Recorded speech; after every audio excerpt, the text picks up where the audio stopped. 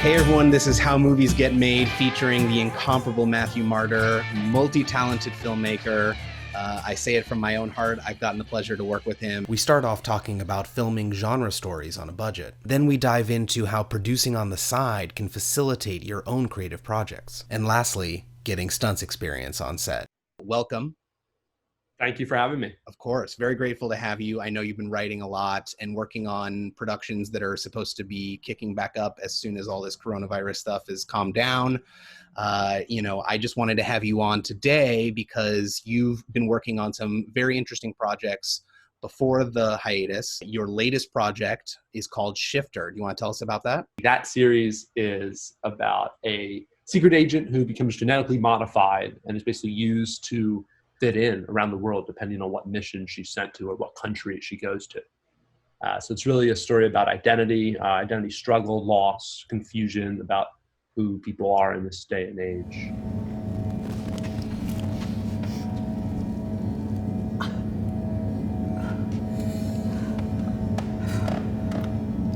Who are you?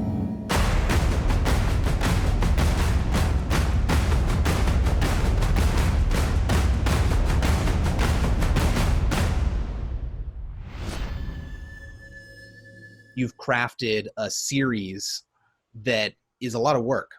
What compelled you to spend this much time on this kind of project? Totally. Yeah. I mean, I think the independent sphere right now is ripe for development. There's a lot of rental companies where obviously you need X amount of funds, but if you have that or you can get those funds raised, you can go out and make a movie these days. It could be a short, it could be a feature. And I think I started getting interested in the short landscape because a lot of stories I wanted to tell weren't necessarily being fully told. Like I've always loved the spy genre and I kind of wanted to put my own spin on it. I think shows like Watchmen are really interesting and the John Wick Atomic Blonde series have kind of exploded this cool visual landscape of the genre. And I guess I wanted to play with that within the context of real events and real things happening around the world. What do we expect out of a spy genre? Can we see a protagonist who is in a dilemma or a moral quandary with that mission rather than just accepting the mission on the onset? I'm certainly glad you made it. You've made a lot of other projects though. How have you balanced freelance producing kind of with these more creative efforts on your own? Producing, as we've talked about in some other episodes of this show, is a very wide, vague term, because what it means to make a movie these days can be a lot of different things. But you have taken on that role of like actually managing the productions and working with the director closely to make sure their vision is created, even when you're not the director and producer and writer. What's been that balance like for you? What have you learned from those experiences versus the others? Talk to me about that. Totally. I mean, it's really a complicated question. Whoops. I think the first element to try to dissect is the nature of the story itself. Whether I'm a writer, a producer, a director on the project, because at this point I've co-directed, co-produced, and co-written projects. So I think there's always a great balance of working with people to be had. Mm-hmm. And I think it's always about facilitating what's the story and the vision.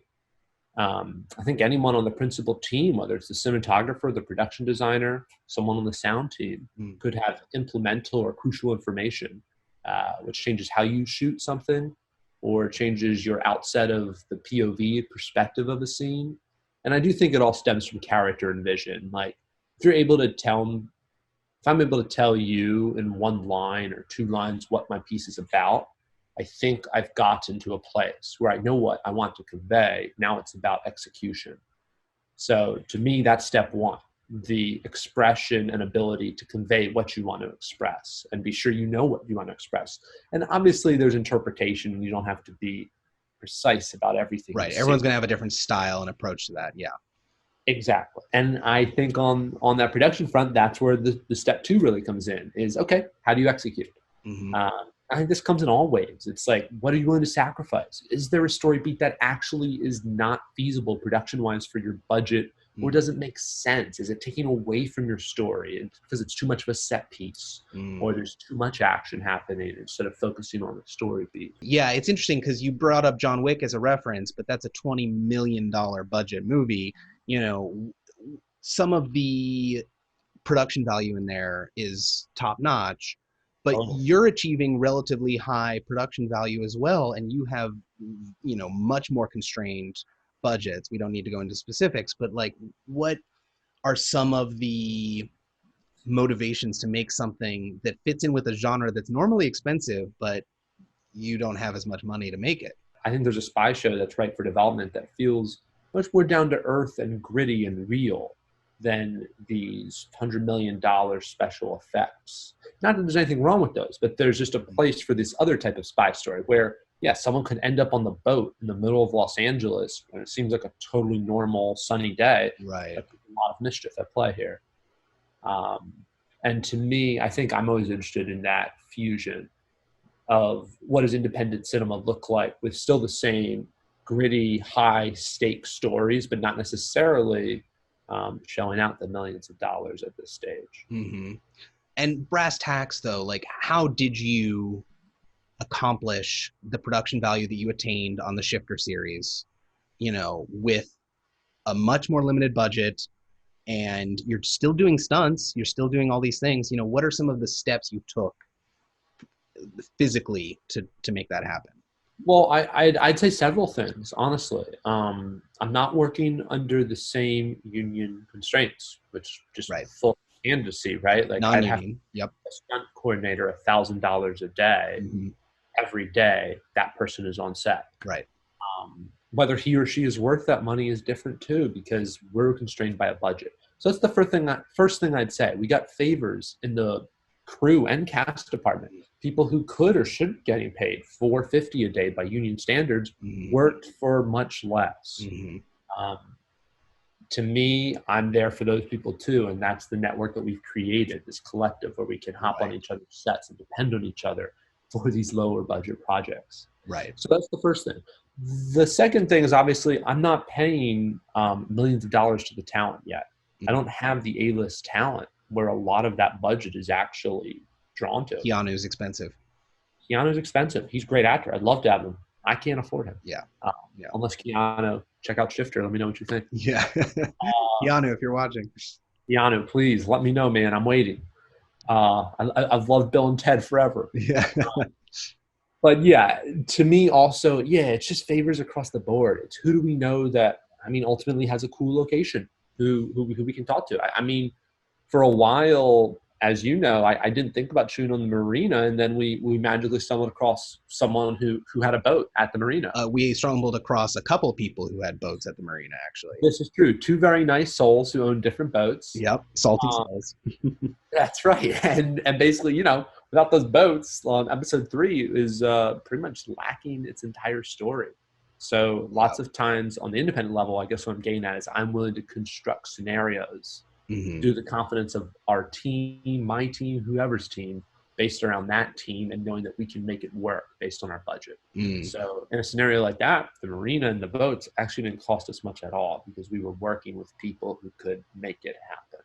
Yeah, it's essential. And speaking of that team, John Wick, I was reading as a reference film for Shifter too. I wanted to look into it, and it seems like they had the same crew, the same team, really, across the franchise so far. The same directors brought back the same crews to work with them. We don't necessarily have that luxury in the independent sphere as much. So, how did you work with kind of a more inconsistent set of crew across the different episodes and different days of filming and all that sort of stuff? Well, fortunately, in a case like Shifter, it really is supposed to be showing different missions in different parts of the world. Mm-hmm. Trying to cheat those locations is one thing. Having different crew honestly helps too. Because especially from a visual lens, the DP lens, the art lens, I can have different perspectives hopping on different elements of either cultural location element or literally just the visual landscape of how we want to present violence this week on Shifter, or how we want to present conflict between 3 people, whether it's geopolitical or just economic or social. So your story allows for it in a way. Story allows for it. And 2, I think it also harkens back to what we were talking about earlier, where people are aligned on the same vision.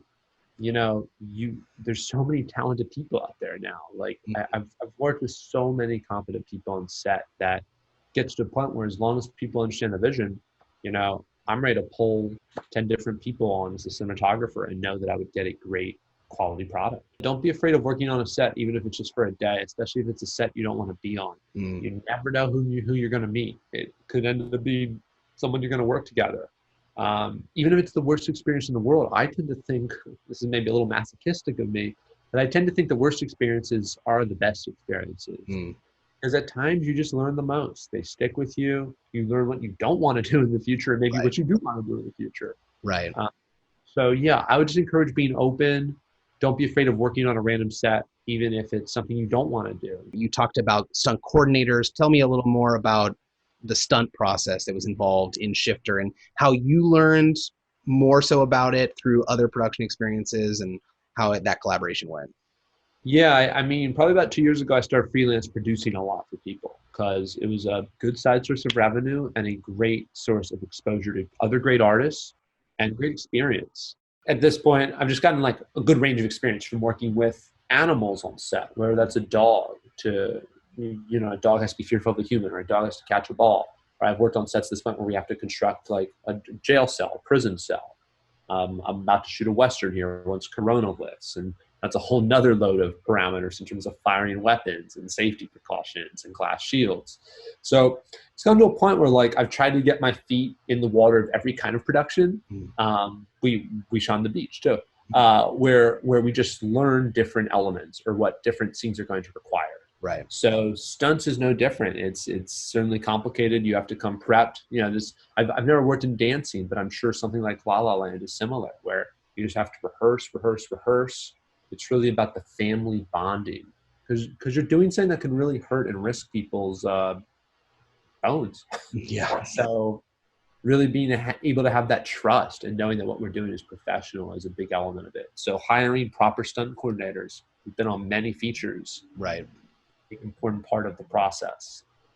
Trusting in them, but knowing our own vision and what I really wanted out of a scene was really a delicate balance because, at times I'm talking to people who are like 3 times my age essentially, and have had 3 times my experience, and being able to facilitate what's the best calibration of fit between what we're saying and when he or she needs to guide the set, letting them go. And then when it's time to pull back, when do I hop in? Right, because they might have a specific vision for how the choreography should work, but it might not fit within the context of the staging that needs to happen for the scene at large or something, right? They have like a micro department vision. Totally. Or at times it does just come down to aesthetics. Like someone wants to throw a haymaker and someone else is just down for like a quick jab to the throat. And these are just different things that have to be discussed on set. Absolutely. Did you wrestle or box or anything when you were growing up? Oh, I have some background, in wrestling and boxing. I'm certainly not a black belt or a pro in any department.